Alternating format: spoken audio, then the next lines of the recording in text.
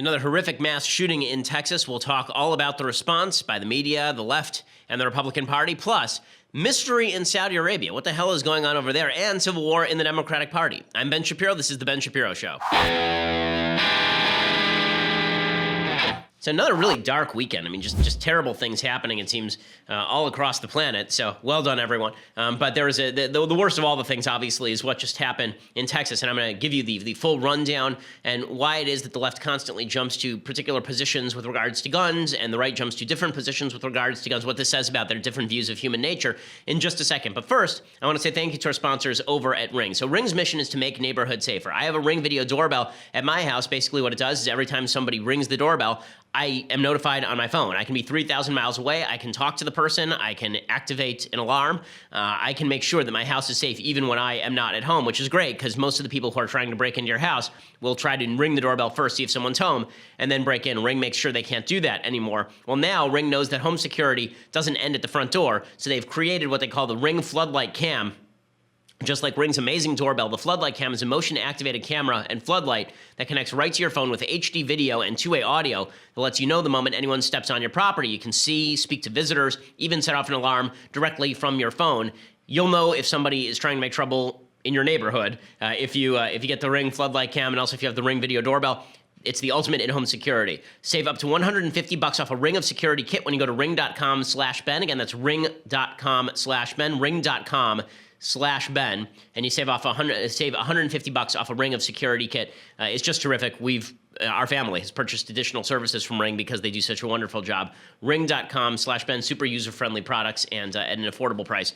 Again, save $150 off the Ring of Security kit when you go to ring.com/Ben. Okay, so here is what we know about what happened in Sutherland Springs. So yesterday morning, at least Pacific time, this horrific story breaks that 26 people have been slain at a church in Texas. 12 to 14 of those were children. There are pregnant women who were shot. Basically, there are 50 people in church. It looks like half of them were murdered and half of them were injured in this particular shooting. The shooter is a guy named Devin Patrick Kelly, and he is the gunman. He apparently committed a week before he committed the worst massacre at a place of worship in American history. He posted a photo, this is according to Daily Beast, of a semi-automatic rifle to Facebook with the caption, "She's a bad bitch." It's part of a disturbing picture emerging of the 26-year-old who was discharged under dishonorable circumstances from the Air Force in 2014, according to Defense Department records. Now, contrary to some of the factual kind of accounts that are going around, a dishonorable discharge is not the same as being discharged under dishonorable circumstances. One means that your weapon is automatically banned, one does not. But in this case, it doesn't make any difference because the reason he was discharged was apparently for domestic battery. Apparently, he committed violence against his wife and their child in November 2012, and he was sentenced with a bad conduct discharge, 12 months confinement, and 2 reductions in rank to basic airman, according to an appeals court decision in 2013 that affirmed the decision against Kelly. Well, what that means is that under Texas state law, you're refused the capacity for a concealed carry permit. Under federal law, you're banned from buying a gun if you commit a domestic violence, if you're convicted of a domestic violence assault. This was a domestic violence case, so he was banned by law from owning this gun as far as we know. It didn't matter. He was still able to obtain it anyway. He entered First Baptist Church at approximately 11:30 a.m. Sunday, opened fire. Officials said he wore a ballistic vest and was dressed all in black, so he was ready to go. A law enforcement source close to the investigation said that the rifle he used is similar to the one pictured. They couldn't confirm it was the same rifle. He exited the church, and he dropped his rifle, and he was then pursued by a civilian with a shotgun and died near the city of New Berlin. Apparently, he died from a self-inflicted gunshot wound, but it was thanks to the neighbors arriving and shooting at him. So here's some things that the neighbors were saying after all of this happened. Here's a witness talking about a citizen who stopped the massacre. I pulled up to the intersection where the shooting happened, and I saw 2 men exchanging gunfire, the other being a citizen of the community, and the shooter of the church had taken off, fled in his vehicle, and the other gentleman came, and he said we needed to pursue him, that he just shot up the church, and so that's what I did. I just acted. Okay, and another witness talked about this. They talked to one of the armed citizens who stopped the massacre. Here's what he had to say. That suspect crossed the street to the church, exited his vehicle, and began firing at the church. That suspect then moved to the right side of the church and continued to fire. That suspect entered the church and continued to fire. As he exited the church, a local resident grabbed his rifle, and engaged that suspect. The suspect dropped his rifle, which was a Ruger AR assault-type rifle, and fled from the church. Our local citizen pursued the suspect at that time. Okay, so this is what's, there are a lot of people who immediately jump to gun control, but one of the things that is important to recognize here is that it was an armed citizen, a guy with a gun, a good guy with a gun, who showed up to stop the bad guy with the gun. Apparently, there were two good guys with guns who showed up to stop the bad guy with the gun. We still don't know the details of exactly what happened inside the church. Was anyone armed inside the church? Was there any security at the church? I've been an advocate for a long time that places of worship should have armed security there. Maybe that's just because I'm a part of the Jewish community. It's very, very common inside the Jewish community to have armed security. We have several security guards at the place where I worship. Every major synagogue in Los Angeles has many security guards, specifically because of the threat of violence like this. But all of the people on the left immediately respond by suggesting gun control is the answer, even though the reality is that it was illegal for this guy to own guns in the first place. According to the U.S. Code, there are restrictions already on possession of firearms by individual convicted of a misdemeanor crime of domestic violence. This is Title 18 U.S. Code Section 922G9, the so-called Lautenberg Amendment in the fall of 1996. And it banned the possession of firearms by individuals convicted of a misdemeanor crime of domestic violence. In this case, he was convicted of a misdemeanor crime of domestic violence against his wife and his child. The fact that he still had a gun demonstrates that just because there are laws on the books doesn't mean that bad people will obey them nonetheless. So it is a good thing that there were good people with guns there to at least stop him before he could go to another location and begin trying to murder people there. Just a horrific, horrific event. Now, last week we talked about whether it was appropriate for President Trump to talk politically about what had happened in New York City after a terror attack, and he was talking immigration.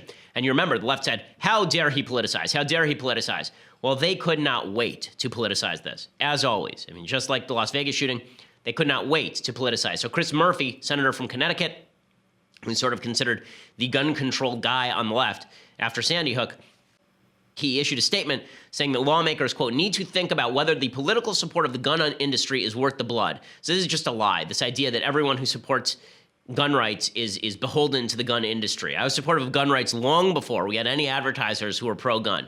I've been pro-gun rights my entire adult life. Virtually everyone who's ever been on the right has been pro-gun and is not being paid by the gun industry. The reason that the NRA is so prominent is not because the gun industry is paying the NRA. It's because there are millions and millions of people who are members of the NRA who join voluntarily because maybe they're afraid that the left tries to grab guns and suggest that guns ought to be grabbed every time something bad happens. And they think, well, if I were in that church, I wish that I would have had a gun too.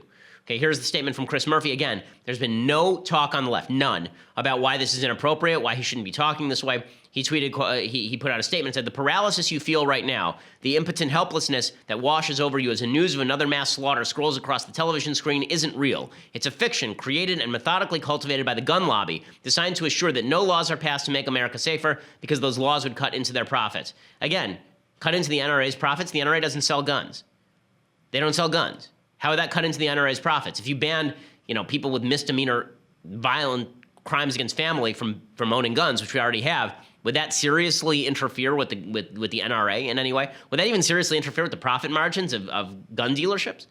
I think not.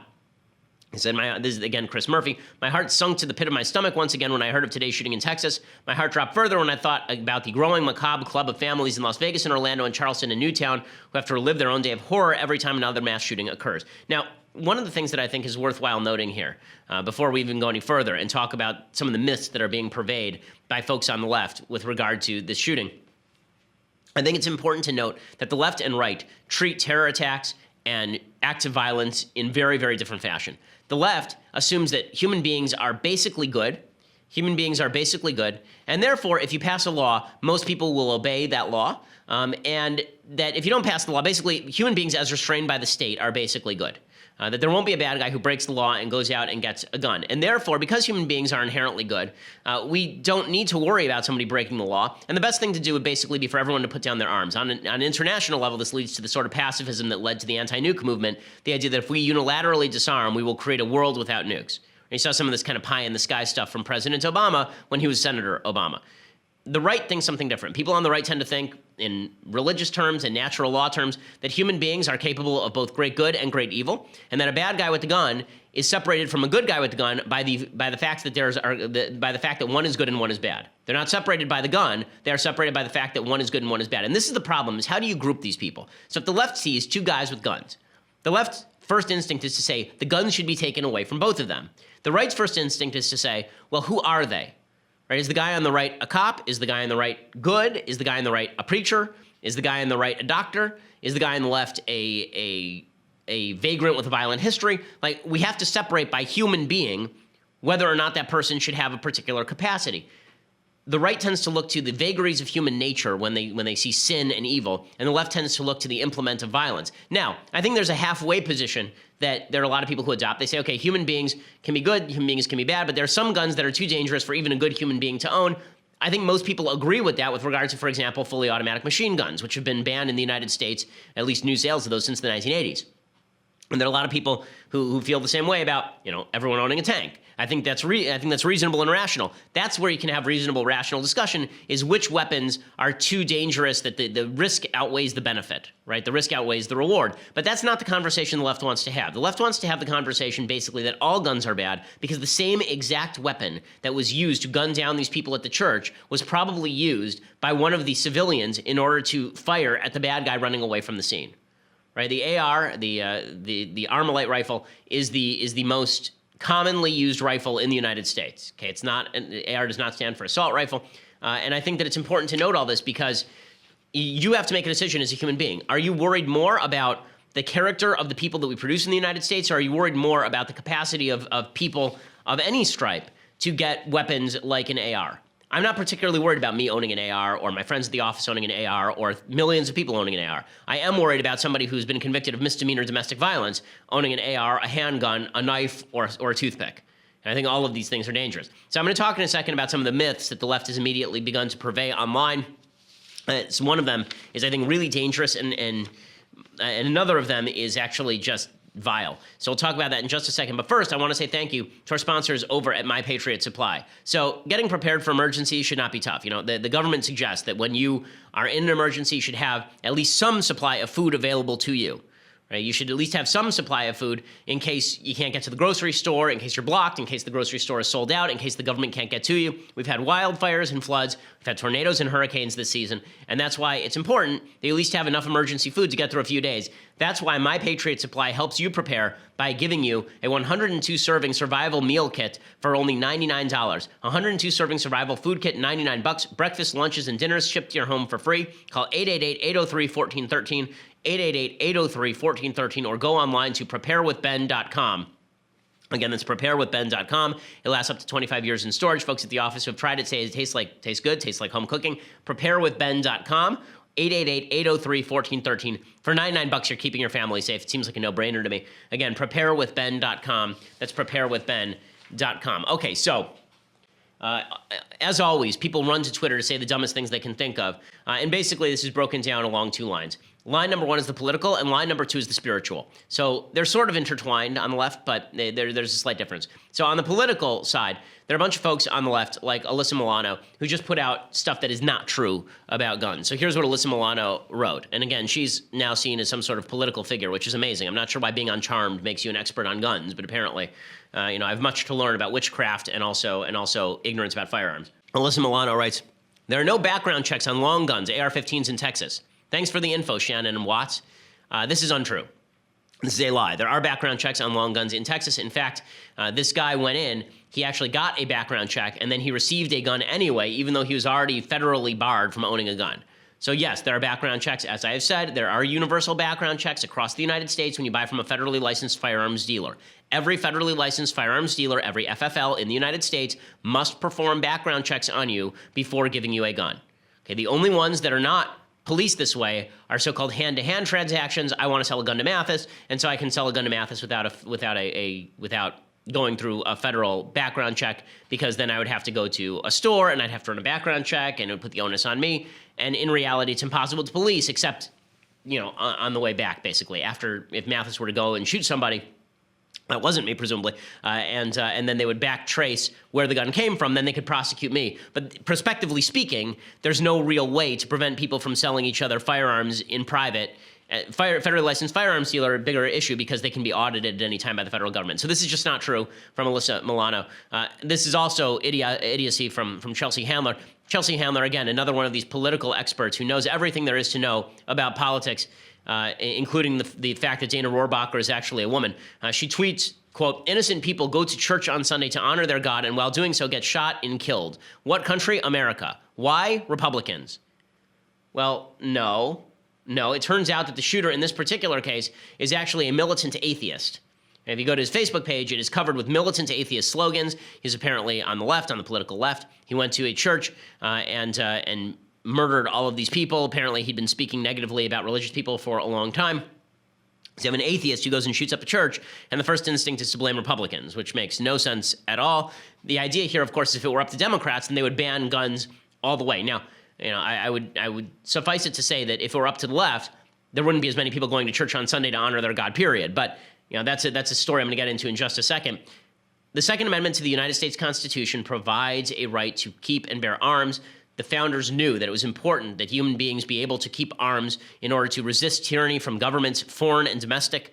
This is why you were actually mandated in certain states in the United States, in the early colonies, to own a gun in your home. Mandated. Because in order to be a member of the militia, you had to own a gun. It was your job to obtain a gun. This is not uncommon in Switzerland. They basically have similar laws, essentially.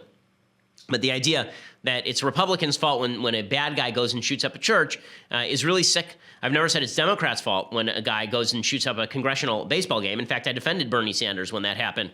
This is pretty pathetic from Chelsea Handler. But unfortunately, it's a widespread sentiment, and it's not just held by Chelsea Handler. Joy Reid, who makes a living being wrong about everything, she blocks me on Twitter, so I had to see this through somebody else's account. She says, "Enough with the thoughts and prayers already." Paul Ryan had tweeted out, "Reports out of Texas are devastating. The people of Sutherland Spring need our prayers right now." Now, whenever a Republican says prayers, because Republicans actually take prayer seriously, folks on the left lose their minds. How dare they say prayers? They could act right now to stop all this. What, are you just going to pray? You just want to sit around and pray? That's your thing, to pray? Okay, so this demonstrates a full-fledged failure to understand what prayer is for on a couple of levels. But Joy Reid tweets out, "Enough with the thoughts and prayers already. The Bible teaches us that faith without works is dead. Do something or say nothing." So first, a bit of irony. These people were shot in the middle of prayers. They were shot and they were murdered in the middle of their prayers. And here you are saying that no one should pray for them. I'm pretty sure that the people who would be most certain to want other people to pray for them would be people in a church who are shot. Fairly certain that's the case. You didn't hear this sort of stuff after the massacre in Charleston, South Carolina, the massacre at the Black church. You didn't hear a lot of this, don't say thoughts and prayers. Stop saying thoughts and prayers. You didn't hear it as much because it was Barack Obama in power, and Barack Obama was saying things like, we should express our thoughts and prayers, right? And then he went down there and he sang Amazing Grace. Imagine if Trump went down to Sutherland Springs and sang Amazing Grace. The left would go ballistic. Obama did, but because Obama was pushing their favorite policy positions, that meant that his prayers were genuine, you see. Because according to the left, you're a bad person if you disagree with them, and so your prayers are worthless. We can't disagree on politics and both pray. Our prayers are worthless unless we agree with you on the politics of the situation. So she's not the only one saying this. Keith Olbermann is saying this too. He says, "Speaker Ryan, bluntly, shove your prayers up your ass and do something with your life, besides platitudes and power grabs." Okay, so number one, if you're going to tell people not to do something, and then what you probably shouldn't do is say, do something with your life besides platitudes and power grabs in a tweet that is purely platitudinous and is clearly also a power grab. I mean, Keith Olbermann would like to grab a certain amount of power from the American people by seizing guns. This idea that prayers, if I pray for you, that's something terrible is just ridiculous. So prayers serve a number of purposes. I've talked about this more in the Bible segment than I have in the main of the show. But as a religious person who prays 3 times daily, thrice daily, and then I say prayers before and after my meals, I say blessings before the meals and after my meals. We say a lot of blessings in Judaism. So we're constantly blessing God. We're constantly praying in Judaism. It's a thing. There are a few reasons for prayer. One of the reasons for prayer is to seal yourself. Seal yourself. It's for you less than it is for God. God doesn't need you, and he doesn't need your prayers. But you need your prayers. Why? To steel you for doing things. So the idea that prayer is only about prayer, that you pray and then you go about your daily business, that's not right. One of religion's sort of basic premises is that you it is your job as a human being, when you see bad things happening in the world, to recommit yourself to being a better person. That's what prayer helps you to do. It helps you to confess what you've done wrong. It helps you to realize what you could do better. It helps you realize that you were created by a creator who cares about you and cares about other people. And are you doing honor to his creation? And it helps you go out and do better things with your own life. Second, there is a belief in Judaism and Christianity that God hears your prayers and acts because of them. Not, as I've said, because God is reactive to you, not because God needs your prayers, but because you have changed as a human being, and we can change as a country if we pray together. We are more unified, and God responds to that, right? That's sort of the idea in Jewish and Christian communities. It's true in Muslim communities, I assume, as well, that if you pray to God, then you are signifying your subservience to God, and God responds favorably to that. So we actually believe that prayers do something. They're not just spewing empty words. And there is a great irony to all of these people spewing empty words on Twitter and saying, how dare you talk to God? Like, there you are talking to your imaginary sky being, but here I am on Twitter tweeting to no one. But I'm doing something because I tweeted. I promise you, my prayer did more than your tweet. My prayer did more than Keith Olbermann's tweet here, especially because what he's actually doing is driving the country apart. If you want to create a consensus based on anything here, you can't insult everybody who prays in the United States. It's like 80% of Americans pray at some point.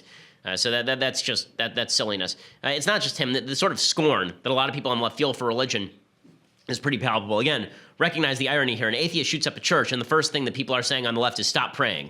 That seems like bad politics. Very, very bright. Stephen King did the same thing. He basically said, it's time to stop praying, and he dropped the G. It's time to stop praying and start legislating, and get rid of the other G as well. A couple of things. One, again, it was illegal for this man to hold guns from all that we know. Okay, so more legislation would not have stopped that. And two, if you really want to show the scorn that you have for the American people by dropping G's in praying and legislating, look at those hicks with their praying, with their Jesus and their Bible. Those were the hicks that were shot, right? I mean, those were the quote-unquote hicks that were shot. They were people who lived in Texas. In all likelihood, the parents of these children voted for President Trump because Texas went heavily for President Trump. It was a very small town. These are people going on a Sunday morning to pray. It's horrific. It's horrific. And for people to sit around ripping, they're like, would you hear this ever if God forbid, a mosque had been shot up? Would you ever hear this? A mosque gets shot up, would you hear people saying, all these people should stop praying to Allah. They should stop praying to God for Muslims who are shot. Of course you wouldn't hear that. It's just scorn for Christians that really drives a lot of this, and that's really kind of gross. Okay, so in other news today, by the way, this is not the only violent story of the day. Yesterday or Saturday, Senator Rand Paul was actually attacked on his own property by a guy who's a registered Democrat. We're still waiting to hear all the details, but the guy broke 5 of Rand Paul's ribs. 5 of them. Okay, that's not a minor injury. Breaking a rib, you can't actually bind a rib. Like, my dad cracked a rib one time, and it is extraordinarily painful. And they can't put you in a cast. So you're basically walking around suffering because your ribs are poking you in the lungs. It's really awful. And this guy broke 5 of Rand Paul's ribs. There may be more to the story. We'll hear about it. But if not, then this is just another left attack on a Republican politician. And imagine if Bernie Sanders had been tackled and broken 5 ribs. Would that lead every newscast ever? Yes. Remember, there was a congressional baseball shooting. That was in the news for like 4 days, and it was out. You want to look at media bias? Look at how these shootings get treated. The variety of how the shooting... Is it useful to the left's agenda is more of a judge than is it newsworthy. Bernie Sanders being tackled by a right-winger would be newsworthy, and it would also serve the left's agenda. It would never leave the news. Rand Paul gets tackled, breaks 5 ribs on his own property, and by a Democrat, and nothing. I mean, I had to find this on Twitter. It wasn't even covered anywhere. It's ridiculous. Okay, so I want to try to elucidate some foreign policy news in just a second, because it's quite fascinating what's going on over in Saudi Arabia. But first, I want to say thank you to our sponsors over at Skillshare. So Skillshare is the best way for you to make your resume better. It's the best way for you to learn new skill sets that make you more marketable in your job, in your community. If you're looking for a leg up at work, Skillshare is how you do it. 3 million members, 17,000 classes. It's the Netflix for online learning. You can take classes in graphic design, DSLR photography, social media marketing. It's perfect. It's perfect if you're looking to build your career or start the side business of your dreams. I have taken, as I say, a watercoloring class, which helps calm me in the evenings. But beyond that, I've also taken a class in email marketing and social media marketing. All of their classes are like 45 minutes, and they are really excellent. Very user-friendly. Skillshare is giving my listeners right now a 1-month free trial of unlimited access to over 17,000 classes. Go to Skillshare.com/Shapiro. Again, that's Skillshare.com/Shapiro to start your free month today. Skillshare.com/Shapiro. youtube.com/Shapiro. You can't afford to sit around thinking you're going to be able to retain your job with your skill set. Your skill set isn't good enough. Keep making it better with Skillshare.com. Skillshare.com/Shapiro. You get a free month. Check it out. You're going to want to continue the service because it's really terrific. Okay, so meanwhile, mysterious happenings in Saudi Arabia. And it looks a lot like The Godfather, basically. Okay, it looks essentially like Michael Corleone basically cleaning up events after his dad dies, right? I mean, Clemens is going around shooting people in elevators is basically what's happening here. So over the weekend, all of these events happen. I'm going to tell you the events and then why I think they're happening and what I think is going on. We could be 5 minutes away from a full-on Saudi Sunni versus Iranian Shia internal Middle East conflict. We could be looking at another war in the Middle East in very short order, and there's a significant possibility the United States ends up dragged into it in some way, so I think it's important stuff. So here's what happened over the weekend. So Saudi Arabia is basically being taken over by a 32-year-old young new prince. This 32-year-old guy is considered a reformer. He is he is a kid, and he has formed a newly formed anti-corruption committee. Over the weekend, they arrested at least 17 princes and top officials. So they basically went around arresting people. The list includes Prince Al-Waleed bin Talal. You've heard his name. He's an investor in Kingdom Holding, which 95%. He owns 95% of that. It owns stakes in Citigroup, Twitter, Apple, Fox News, right? Well, News Corp, right, which is the parent company of Fox News. After he was arrested, $750 million was wiped off of his fortune on Sunday. At least 38 former current deputy ministers have been arrested on accusations of corruption. CNN has obtained the list of 17 people, including the former head of the royal court, Khaled al-Tuwairi, the Saudi media mogul, a guy named Waleed al-Ibrahim, and Prince Turki bin Nasser.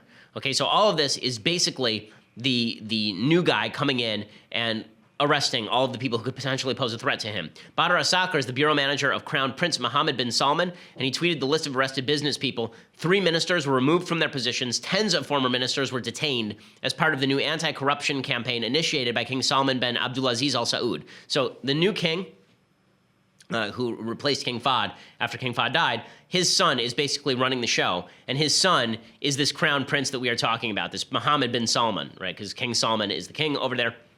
So the 3 ministers removed were the economy and planning minister, the National Guard minister, and the Naval Forces commander. And they said that they needed to do this due to the propensity of some people for abuse, putting their personal interest above public interest and stealing public funds, and will trace and combat corruption at all levels, according to the release. The 32-year-old crown prince does have the authority to investigate, arrest, issue travel bans, freeze the assets of those it finds corrupt. So in the last few months, he has eased some restrictions on women. He's supposedly a modernizer. He's eased some restrictions on women. He's allowed them to drive, for example. And he has vowed to destroy, quote, extremist ideologies in a bid to return to a more moderate Islam. So he's considered a reformer, and he is making some moves. Okay, so what are some of the other moves that he's making? I mean, it's really astonishing, all the stuff that happened over the weekend. It's really kind of creepy and astonishing at the same time. Prince Mansour bin Mukrin is the deputy governor of Asir province, which is a major province in Saudi Arabia. He was returning from an inspection tour when his aircraft was downed near Aba late on Sunday, according to the Interior Ministry. He is dead, 7 other officials dead in this helicopter crash. Why does that matter? Because this guy is basically the lead rival to this Crown Prince Mohammed bin Salman. So it's obviously an attempt to cement power. If you know, this is suspicious as it looks.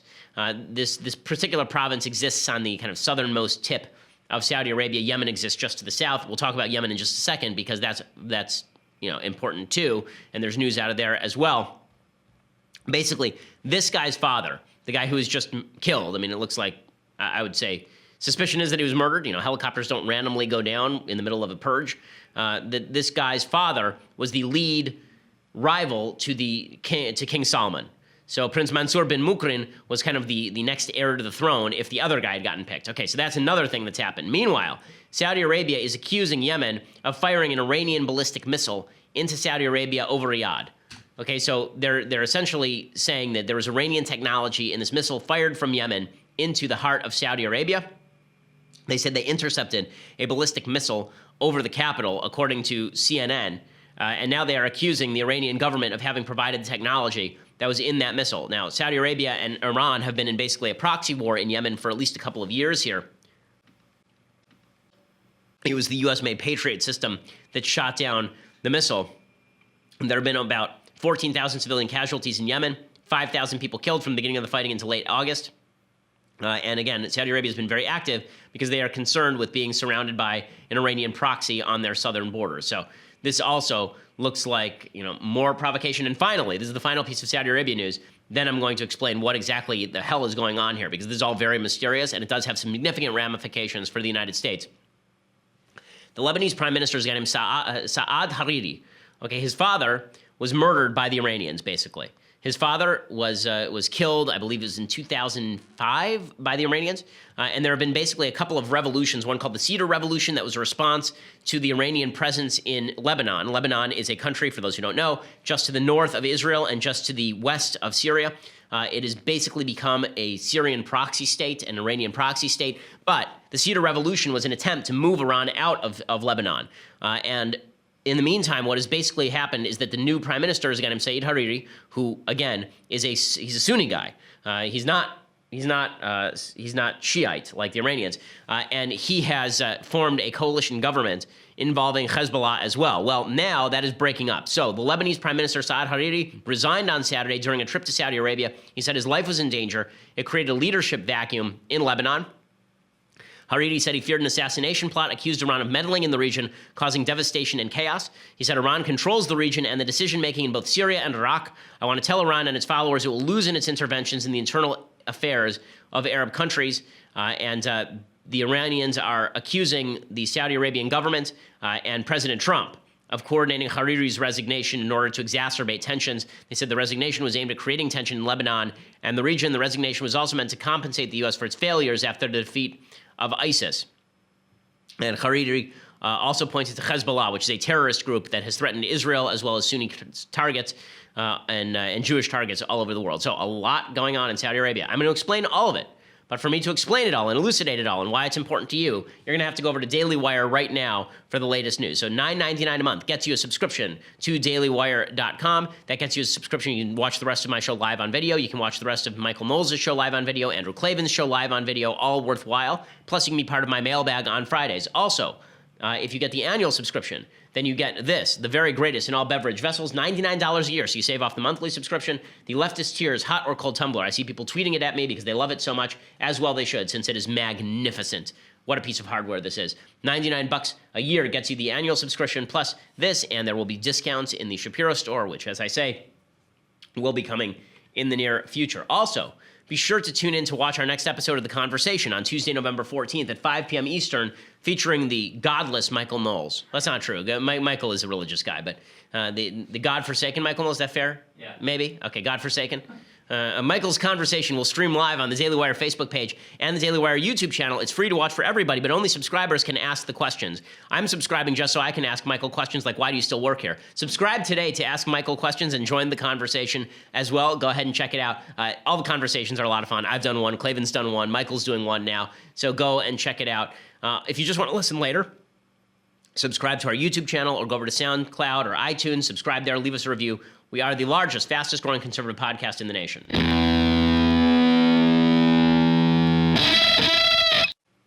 Alrighty, so what exactly is happening in Saudi Arabia? So I think what's happening here is pretty simple. Saudi Arabia has been having significant problems with maintaining the grip of the Saudi royal family. The Saudi royal family has been threatened from two sides. They've been threatened by the Iranians because the Iranians hate the Saudis, and they've been threatened by extremists inside their own country. There are a bunch of extremists inside their own country, and I'm talking about like Al-Qaeda, who have basically been threatening the Saudi royal family for years. It's one of the reasons that the Saudis were suspected of giving money to Al-Qaeda for so many years, is because basically it was a payoff to a bunch of terrorists to get them off the Saudi royal family's back. There's been the suspicion for many, many, many, many years. In any case, Saudi Arabia has a bunch of problems. One, they are disproportionately young. Okay, it's a country that is disproportionately young and male. It is also a country that is disproportionately poor outside of the oil wealth of the Saudi royal family. Virtually the entire country runs on the oil industry, and the problem is fracking, natural gas, advanced technologies, all of these are making Saudi Arabia's oil less valuable than it once was, which has put the Saudi royal family in some trouble. It's also created a need for the Saudi royal family to draw close to the United States. We could have a Shah of Iran situation here, where basically the leadership of Saudi Arabia is unpopular inside the country and out, but the United States' best option is to prop up the Saudi royal family. The only way the United States has the capacity to do that is the Saudi royal family has to do two things. One, they need to demonstrate that they're moderating. They need to demonstrate that they're fighting terror and that they're moderating inside their own country, and they'll earn sort of the respect of the United States. They're hoping that President Trump will back their play, and that Egypt will back their play, and Israel will back their play because now they're more moderate and they're moving away from the extremists, right? So if they stop supporting terrorism, or at least members of the family stop supporting terrorism, then this will benefit the current Saudi regime. So that's thing number one they have to do. And thing number two is they have to rally their people against the Iranians. They have to rally their people against the Shia threat. And there is a Shia threat, okay, because Saudi Arabia is, again, bordered on the south by Yemen, and they're bordered in the north by countries including Syria as well as Iran. So the fact is that Saudi Arabia is threatened, and it is important for them to defend themselves. But there is something else happening here, which is that the new Saudi regime is trying to use that as an excuse for preventing they don't actually border Iran. I'm sorry, they border Syria and Iraq. They come close to bordering Iran. In any case, it is important for the Saudis to demonstrate this threat, because if they can turn this into a Sunni-Shia fight as opposed to a Sunni versus Sunni fight, then they are more likely to retain power. So what that means is right now they are exacerbating tensions. And the problem is both sides sort of have an interest in exacerbating tensions to a certain extent. Iran actually has an interest in keying down tensions until the point where they can maximize their regional power. Saudi Arabia has an interest in ratcheting up tensions in order to enshrine the current Saudi royal family with the help of the United States. So could this break into war? You could see a bunch of ways this breaks into war. You could see the Houthis in Yemen firing ordnance, the Iran-backed Houthis in Yemen firing ordnance on Syria, on the Saudi capital again, and you can see the Saudis going in full scale with the help of the United States, and you can see the Iranians then moving in to defend their boys in Yemen. You can see a situation where Iran makes a direct move against Saudi Arabia because they say that Saudi Arabia is threatening them. Lebanon obviously is polarizing. So what is now happening, it's not really because of Trump. It's because of a couple of different forces that have happened. The Arab Spring, President Obama's Arab Spring, was a disaster for the Middle East. It emboldened Iran. It emboldened, quote unquote, reform forces in countries, but a lot of those reform forces are actually Islamist, like you saw in Egypt. And so you actually see the threat of terrorism increased in Saudi Arabia under President Obama.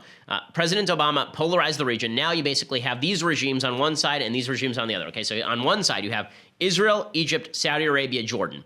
Jordan and Saudi Arabia both living on borrowed time, because both of those regimes are basically, the families there that run the place are in some serious trouble. And then on the other side, you have Iran, Iraq, which is dominated by Iran, and you have Lebanon and Syria. Those are all on the other side. And then Turkey sort of straddles the center, right? Turkey is sort of Iran-friendly, but they're quasi-friendly to the Sunnis as well, sort of like Qatar. In any case, you're seeing the sides form up for what could be a significant regional war. If Iran goes wrong here, Saudi Arabia has every interest in starting a war, but only if they have the assurance of the United States that the United States will back them. So this is going to lead to some serious conversations about under what circumstances the United States would back a Saudi military move. In Yemen, the answer is they would. Against Iran directly, it's questionable. Israel would back it because Iran's nuclear capacity has to be destroyed.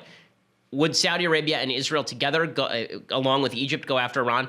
You could see something like that. You could, especially if the United States either tacitly stays out or moves in to back. And this could turn into a significant regional war if Russia decides to back its proxies in Iran and Syria. So this thing could explode very, very quickly, all because the Saudi royal family is attempting to maintain power.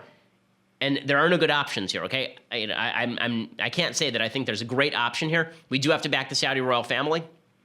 There is no alternative in Saudi Arabia.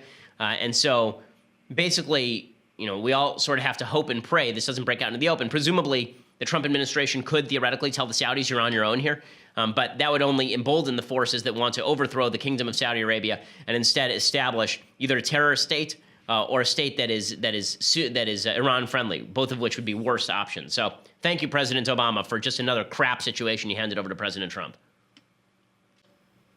Meanwhile, speaking of things that President Obama destroyed, the Democratic Party continues to be in a state of civil war. Donna Brazile is now in a one-woman crusade to basically wreck the party. So she has decided that she has to go off against Hillary Clinton. Donna Brazile has ambitions to continue running the Democratic Party. She wants to move over and side with Bernie Sanders. So she put out a piece last week that we discussed in which she accused the Hillary Clinton campaign of basically hijacking the DNC with Debbie Wasserman Schultz's permission. And she sort of backed off that a little bit this week. For example, in her piece, she openly said, that the DNC had basically rigged the primaries. Now she's saying, I didn't find any evidence the primaries were rigged. So here she is backtracking, but that's not what she said last week. George, for those who are telling me to shut up, they told Hillary that a couple of months ago. You know what I tell them? Go to hell. I'm going to tell my story. I'm going to tell my story, George, because this is a story of a young girl who started in American politics at the age of 9, who continues to fight each and every week of her life. Okay, and she has today called the Hillary Clinton campaign racist and sexist, but she's also sort of trying to back off the claim that the primaries were rigged. Here's what she said about that. Do you agree with Elizabeth Warren that the primaries were rigged? I don't think she meant the word rigged, because what I said, George, as you well know, after I left this show back on July 24th, I said I would get to the bottom of everything. And that's what I did. And I called Senator Sanders to say, you know, I wanted to make sure there was no rigging in the process. I'm on the Rules and Bylaws Committee. I found no evidence, none whatsoever. Okay, that is not what she said last week, right? That is not what she said. Quote, by the day I had called Bernie, I had found my proof and it broke my heart. This is literally what she said. She starts off this little piece by saying that she wanted to find out if things had been rigged. She said, I needed to have solid proof, and so did Bernie. She said, I promised Bernie when I took the helm of the Democratic National Committee after the convention, I would get to the bottom of the process as to whether Hillary Clinton's team had rigged the nomination process. I needed to have solid proof, and so did Bernie. I had found my proof, and it broke my heart. Now she's saying, of course, it wasn't rigged because she realizes that she overstepped here. The conversation is actually less about whether it was rigged and about how much it was rigged. So according to Hillary Clinton's contract,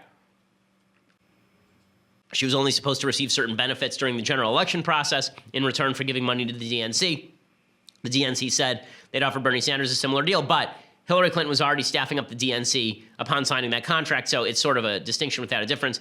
Team Clinton is now defending, they're attempting to defend themselves. They sent a letter from 100 people who are members of the team, including people like Huma Abedin, and they said that this is not true. They said that Donna Brazile is the tool of Russian propaganda. So it's just tearing the party apart, which is glorious to watch. They said, quote, there's an open letter on Medium. We were shocked to learn the news that Donna Brazile actively considered overturning the will of the Democratic voters by attempting to replace Hillary Clinton and Tim Kaine as the Democratic presidential and VP nominees. She said over the weekend that she actively thought about replacing, and this is an amazing thing, right? She actively thought about putting Joe Biden on the ticket instead of Hillary Clinton and Tim Kaine in the last days of the campaign. This is obviously her attempt to move beyond the Clintons and to shiv the Clintons and to end this whole Clinton debacle. I think that's smart by Donna Brazile. I think the party would be smart to throw Hillary under the bus here. Whether they will or not is another question. They've been clinging to life here, clinging to the hope that Hillary Clinton will eventually become president through some sort of weird confluence of events. It's not going to happen. It is pretty amazing, though, as they tear each other apart. Tom Perez, who's the current head of the DNC, he came out and he said that there was an accusation by Donna Brazile that Hillary basically had a seizure on the campaign trail, and Tom Perez says that's absurd. I have great respect for Donna. I consider her a friend. She's done a lot for the Democratic Party. The charge that Hillary Clinton was somehow incapacitated is quite frankly ludicrous. Hillary Clinton was a tireless senator, a tireless Secretary of State, and a tireless candidate. Okay, so the idea, again, that Hillary was just fine on the campaign trail, that did not seem to be supremely true. And so they're still debating this. The longer Hillary stays in the headline, the better for Trump, the worse for the Democratic Party. It's that simple. Okay, time for some things I like, things I hate, and then we'll do Federalist number 2, because every Monday now we are now going through a new Federalist paper. So you will learn more about the Constitution and the system that our founders created. Okay, first, things I like. Over the weekend, I had a chance to go see a movie. Instead of seeing Thor, I went to see Goodbye, Christopher Robin with my wife. That's because I'm a huge Winnie the Pooh fan. I've recommended Winnie the Pooh on the show before, not just the movie, but the book, because the book is just clever and charming. The movie is quite good. It's really about how the father, A.A. Milne, he created these books partially as a way to reach out to his child, but partially as a way to get over his World War I war experiences. And the movie is really a heartbreaking movie, and really what it is more about anything else.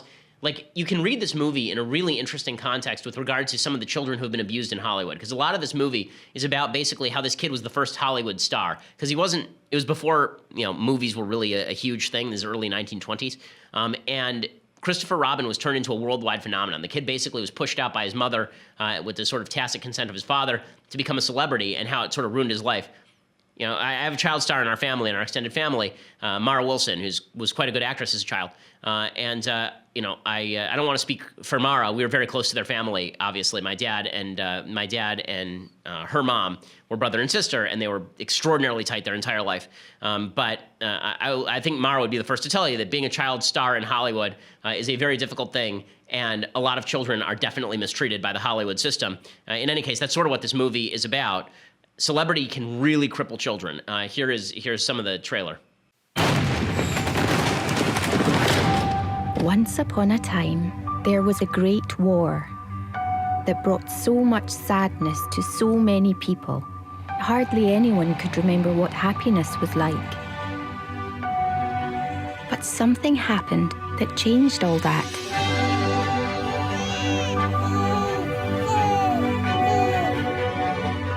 His name is Christopher Robin, but we generally call him Billy. A toast. C.R. Milnes. C.R. Milnes. It helped us to believe in the good things. Which one would you like? This one. Yeah, same height, please. Go.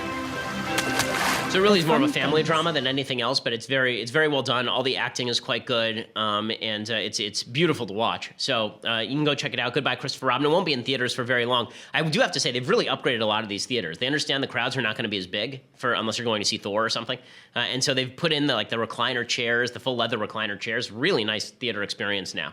So good for them for doing that.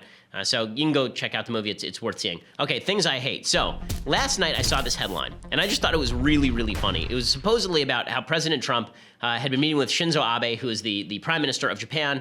They're in Japan right now. And Shinzo Abe and Trump had gone and fed the koi fish. Right, so they were going. I hate when politicians do these photo ops, but they were feeding the koi fish. The way that CNN cut this tape, what it looked like, and this would have been really funny, and what it looked like was they both had boxes with spoons, and they're sort of feeding the koi fish the fish food with these spoons. They're dropping it from what looks like a balcony into this fish pond, and then it looks like, according to CNN, Shinzo Abe is still spooning it, and Trump just gets impatient and takes the entire box of fish food and just dumps it over to the side. Right, this is how CNN showed it. So here you can see, for those who are not watching, this is why you need to subscribe. You can see Shinzo Abe and Trump are both given this. They're both given a wooden box, and now they're just spooning out fish food into the pond. Right, and you can see it just continues like this, and now they focus in on Trump. Right, they just focus in on Trump, and look at how this is cut. Right, so they cut away from Shinzo Abe, so you don't actually see what he does. Right, they pull out, and they're going to pull back in on Trump. Right, they pull all the way back in on Trump, so you can't see what Shinzo Abe does. And what does Trump do? He takes the entire box and he flings it over the side.